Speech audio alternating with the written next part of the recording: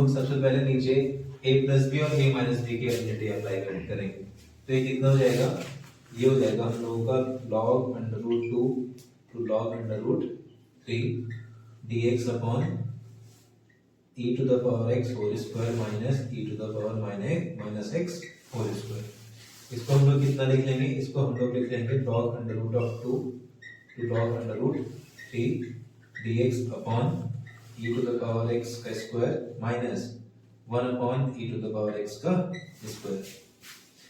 अब यहाँ पे अगर मैं एलसीएम लूंगा तो ये कितना हो जाएगा, ये हो जाएगा हम लोगों को integration from log under root 2 to log under root 3 dx upon e to the power x to the power 4 minus कितना 1 upon e to the power x whole square. अब ये कहाँ चला जाएगा, ऊपर, तो ये कितना हो जाएगा, ये हम लोग हो जाएगा integration from log under root 2 to log under root of 3 e to the power x whole square dx upon e to the power x to the power 4 minus 1। अब हमें पता है कि पावर पे पावर क्या हो जाती है, मल्टीप्लाई। तो इसको हम लोग कितना लिख सकते हैं, इसको हम लोग लिख लेंगे integration from log under root 2 to log under root 3 e to the power 2x dx upon, अब इसको क्या लिख सकते हैं हम लोग, इसको हम लोग लिख सकते हैं e to the power 2x का होल स्क्वायर माइनस कितना 1।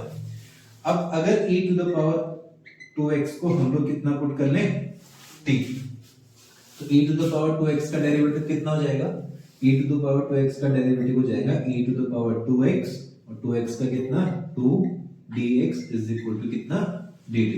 तो हम लोग e to the power 2x dx को कितना लिख सकते हैं, dt अपॉन कितना 2। अब इसकी लिमिट कैसे चेंज करेंगे, तो अगर x की वैल्यू log अंडर रूट 2 होगी तो t की वैल्यू कितनी हो जाएगी, t की वैल्यू हो जाएगी e to the power 2 log under root 2। इसको हम लोग क्या लिख सकते हैं, इसको हम लोग लिख सकते हैं, देखो रूट 2 का मतलब कितना होता है 2 की पावर 1/2 और log का हम लोगों को एक रूल पता है कि log m to the power n कितना होता है n log m। तो इसको हम लोग कैसे लिख सकते हैं, इसको हम लोग लिख सकते हैं e to the power log under root of 2 का स्क्वायर, ठीक है। तो ये कितना हो जाएगा, ये हम लोगों को कितना बचेगा 2, ठीक। जब x की वैल्यू कितनी होगी log अंडर रूट ऑफ 3, तो t की वैल्यू कितनी आ जाएगी e to the power 2 log under root 3। इसको भी इसी तरीके से सॉल्व करेंगे तो कितना हो जाएगा e to the power log under root of 3 का स्क्वायर, ये कितना बचेगा 3। तो हम लोगों का इंटीग्रेशन कितना हो जाएगा, ये हम लोग इसको हम लोग अब क्या लिख लेंगे, इसको हम लोग लिखेंगे integration from 2 to 3 e to the power 2x dx की वैल्यू कितनी हो जाएगी, इसकी वैल्यू हमें पता है dt अपॉन 2, ये हो जाएगा dt अपॉन 2 और इसकी जगह पे हमने t पुट किया था तो ये कितना हो जाएगा t स्क्वायर माइनस 1। अब इसका फॉर्मूला हम लोगों को पता है, इसका फॉर्मूला कितना होता है, integration of dx upon x square minus a square कितना होता है, ये होता है 1/2a log x minus a upon x plus a plus कितना c। तो ये हम लोग को कितना हो जाएगा, ये हम लोग को हो जाएगा 1/2, तो यहाँ पे पहले से ही है। इसका इंटीग्रेशन कितना हो जाएगा 1/2 इंटू a की वैल्यू कितनी है 1, तो 2a कितना log, अब x की जगह पे क्या है t, तो ये कितना हो जाएगा t minus 1 upon t plus 1 और लिमिट कहां से लेके कहां तक, इस पे हम लोग लिमिट अप्लाई कर लेंगे from 2 to 3।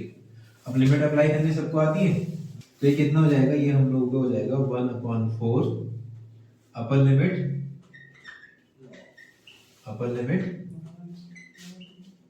Minus lower limit, कितना हो जाएगा log 2 माइनस 1 अपॉन 2 प्लस 1, ठीक है। ये कितना हो जाएगा ये हम लोगों को हो जाएगा 1/4 log 2/4 माइनस log 1/3। हमें पता है log 1 की वैल्यू कितनी होती है 0। इसकी वैल्यू कितनी हो जाएगी, इसकी वैल्यू हम लोग लिख सकते हैं, इसको हम लोग क्या लिख सकते हैं, इसको हम लोग लिख सकते हैं 1/2। इसको हम लोग कितना लिख लेंगे, इसको हम लोग लिख लेंगे log 1/2 minus log 1/3। log 1/2 minus log 1/3 कितना हो जाएगा, ये हम लोग को हो जाएगा 1/4 log 1/2 अपॉन 1/3। तो ये कितना हो जाएगा 1/4 log 3/। देखो इस क्वेश्चन में हम लोग क्या करेंगे, अगर हमें कभी भी cos और 1 साथ में दिख जाए तो हम लोग क्या करेंगे, 1 को क्या कर देंगे एलिमिनेट। यहाँ पे 1 को एलिमिनेट करने के लिए हम लोग क्या करेंगे, cos का हाफ एंगल फॉर्मूला यूज करेंगे। तो ये कितना हो जाएगा 1 minus sin x upon 1 minus cos x को हम लोग कितना लिख सकते हैं, इसको हम लोग लिख सकते हैं 1 minus 2 sin square x by 2। कितना हो जाएगा e to the power x 1 minus sin x upon 1 minus 1 plus 2 sin square x by 2 dx। 1 से 1 कैंसिल आउट हो जाएगा। फिर हम लोग क्या करेंगे, 2 sin स्क्वायर x बाई 2 को 1 के साथ और sin x के साथ दोनों के साथ डिस्ट्रीब्यूट कर देंगे। तो कितना हो जाएगा, ये हो जाएगा e to the power x 1 upon 2 sin square x by 2 minus, अच्छा sin x को हम लोग क्या लिख सकते हैं, इसको हम लोग लिख सकते हैं 2 sin x by 2 cos x by 2 और नीचे कितना आ जाएगा 2 sin स्क्वायर x बाई 2। ठीक है, तो ये हम लोग कितना हो जाएगा, ये हम लोग हो जाएगा integration e to the power x sin square x by 2 उल्टा करेंगे कितना हो जाएगा cos x square x by 2। तो कितना हो जाएगा 1/2 cos x square x by 2 minus, देखो 2 से 2 कैंसिल आउट हो जाएगा, sin x बाई 2 से sin x बाई 2 कैंसिल हो जाएगा, तो हम लोग कितना बचेगा cos x by 2 upon sin x by 2। तो cos x by 2 upon sin x by 2 कितना हो जाएगा cot x बाई 2 dx। अब यहाँ पे अगर हम लोग माइनस cot x बाई 2 को fx मान लें, ठीक है, तो इसका डिफरेंशियल कितना हो जाएगा, इसका डिफरेंशियल कितना हो जाएगा, हमें पता है cot x बाई 2 का डिफरेंशियल कितना होता है माइनस cos x स्क्वायर। ये कितना हो जाएगा cot x बाई 2 का डिफरेंशियल कितना हो जाएगा minus cos x square x by 2 और फिर किसका होगा x बाई 2 होगा, कितना हो जाएगा इनटू 1/2 माइनस माइनस क्या हो गया प्लस। तो ये कितना हो जाएगा 1/2 cos x square x by 2। तो इसका मतलब क्या हुआ, इसका मतलब अगर ये फंक्शन है तो ये फंक्शन का क्या है डेरिवेटिव। तो ये कौन सी फॉर्म बन गई, ये हम लोग कौन सी वाली फॉर्म बन गई e to the power x fx plus f dash x dx। और ये कितना होता है, ये हम लोगों को होता है e to the power x fx plus c। तो हमें इसका इंटीग्रेशन पता चल जाएगा, कितना हो जाएगा, ये हो जाएगा हम लोगों का e to the power x cot x by 2 plus